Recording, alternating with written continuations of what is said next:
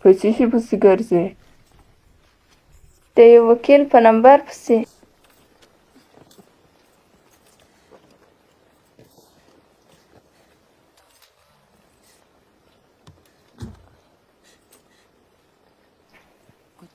تا یو څه خوړلی دی؟ شروطي. مور تا ماته غلط وویل. ولې کلونه وروسته بیا هم د هغه نفر ولیدو ته ولاړې چې یو وخت یې پر مینه وې؟ د دې مطلب تر اوسه پورې مینه ورسره کوې؟ اوه، ایا رښتیا دې یو وخت د پلار جان سره مینه کړې ده؟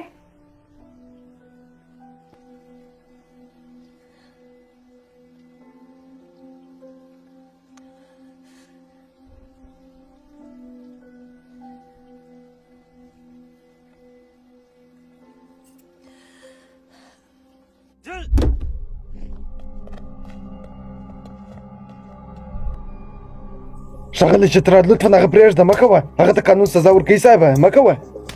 ګوره ښاغلی چترا، موږ هغه ته سزا ورکوو، هغه پرېږده. خپل ځان کنټرول کړئ لطفا، هغه پرېږدئ. ښاغلی چترا لطفا. زما لور چېرې ده؟ د هغې څخه چې څه غوښتل؟ لطفا ارام اوسه، ارام اوسه. برفي ودرېږه. دا رزل ژر ونیسئ.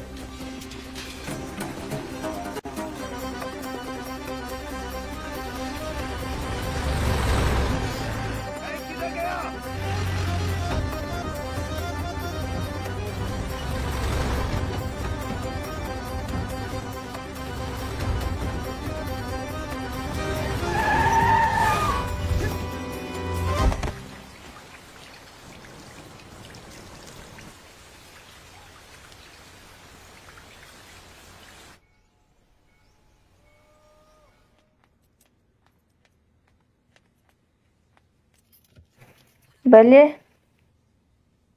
و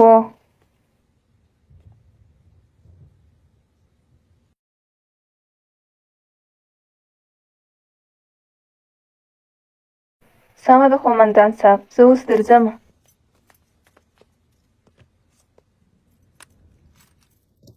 ستا تګ اوس ضروري دی.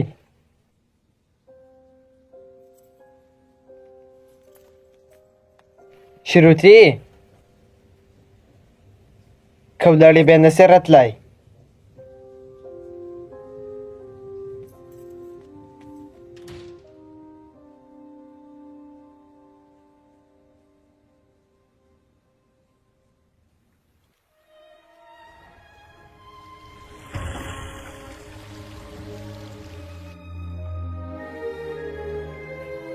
ستا څخه ډېره مننه اغلې سینګوپته.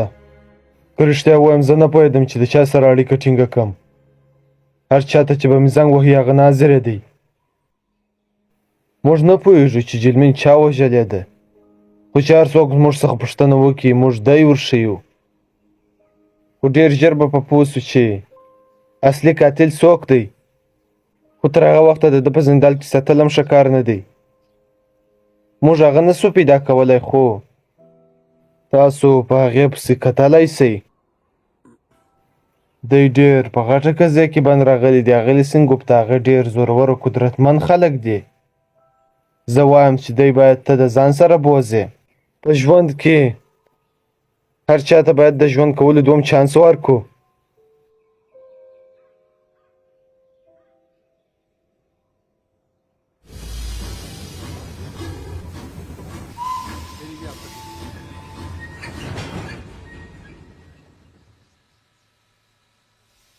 एक और टिकट दीजिए.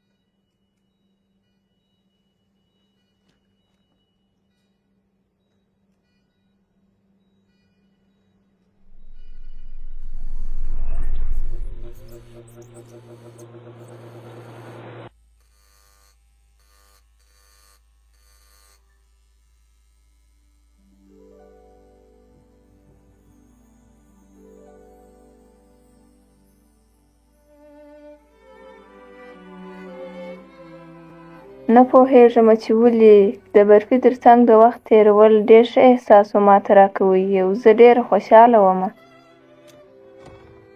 ما فکر کوي چې برفي نور زما دی، یو زه د برفي یم. خو د مینې د لاس ورکول او د زړه په درد نو تر ما څوک ښه پوهېدی. برفي ته په کتلو سره مې هر وخت دا فکر کوي چې د برفي د لاسته راوړلو لپاره نور پر ما ناوخته سوی دی. برفي زما سره و، خو صرف جسمي، نور روح. خوب او فکر یې د جلمیل سره و.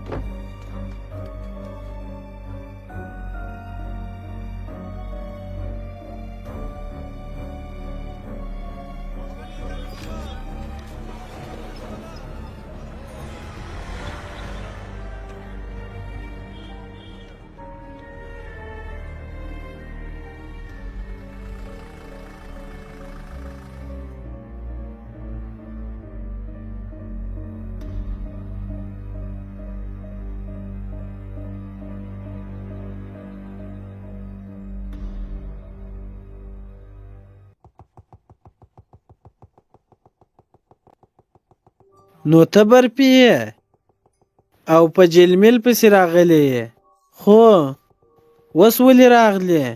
صاحبه جلمیل یوازې د دې ځای نمبر درلودی. دی فکر کوي چې شاید اخري وار جلمیل دلته راغلی وه. خو جلمیل به ولې دلته راځي؟ هغه ډېر وخت کېږي چې دلې یا جلمیل نه ده راغلی. پرېږده یې د دې ځای ولاړ سئ، جلمیل دلته نه ده راغلی. خو جلمیل به ولې دلته راځي؟ هغه ډېر وخت کېږي چې دلې دی ونیسئ، دی ونیسئ، هغه ونیسئ، ژر کوئ، ژر یې ونیسئ.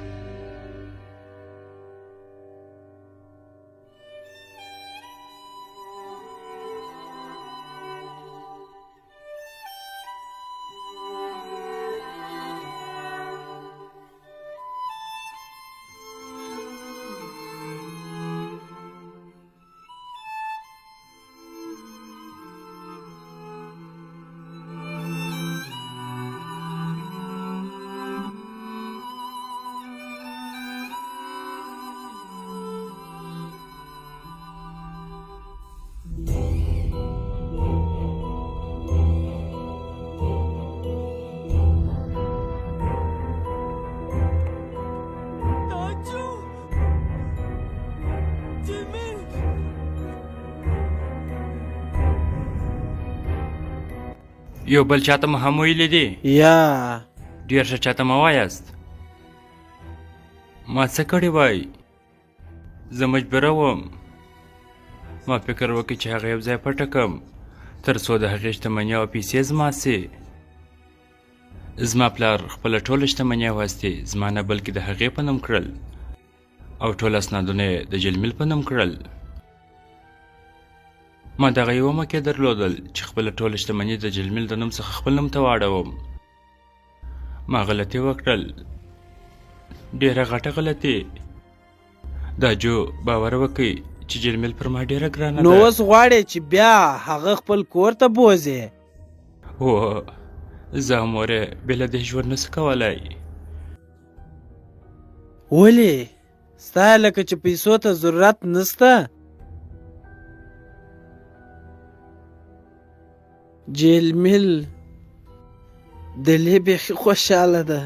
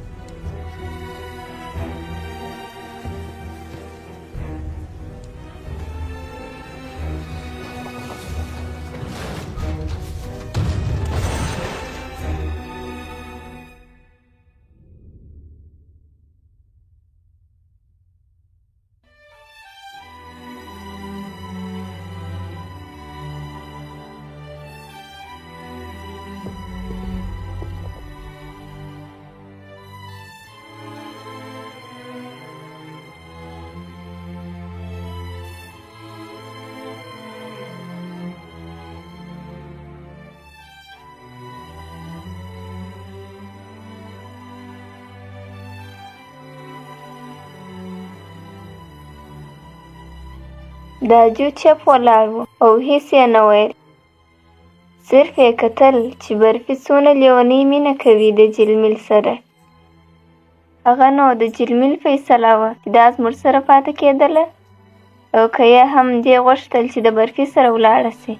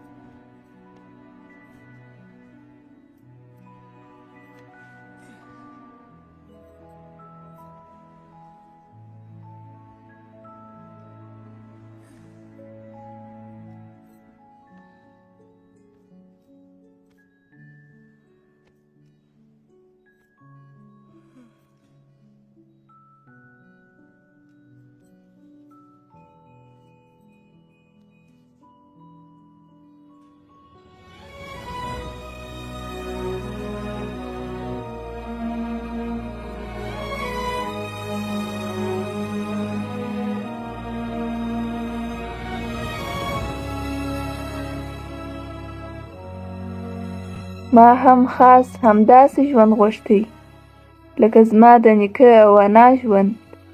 ژوند هغه دی چې په مینه یو ځای تیر کړو او بیا یو ځای مړه سو. په یوه غېږه کې دوې ساوې ورکړو، نه داسې ژوند چې بې له هغه کښېنې او پسې وژاړې. هغه دواړه یو ځای مړه سوه، څنګ پر څنګ، او زه یوازې پاتې سوم. ما غوښتل چې زه دې د جلمل پر ځای اوسم، خو دا موقع او داسې ښایسته ژوند یوازې جلمل ته ورسېدی. خو د دوی دواړو هم ډېره ښایسته جوړه وه. جلمل په دې خاطر نه وه میینه سوې چې یو خوشحاله او بېغمه ژوند وکړي. هغه فقط میینه وه بې له کومه مطلبه، او همدا یې لامل و چې دنیا ورته یو خوشحاله او بې له غمه ژوند ورکړي.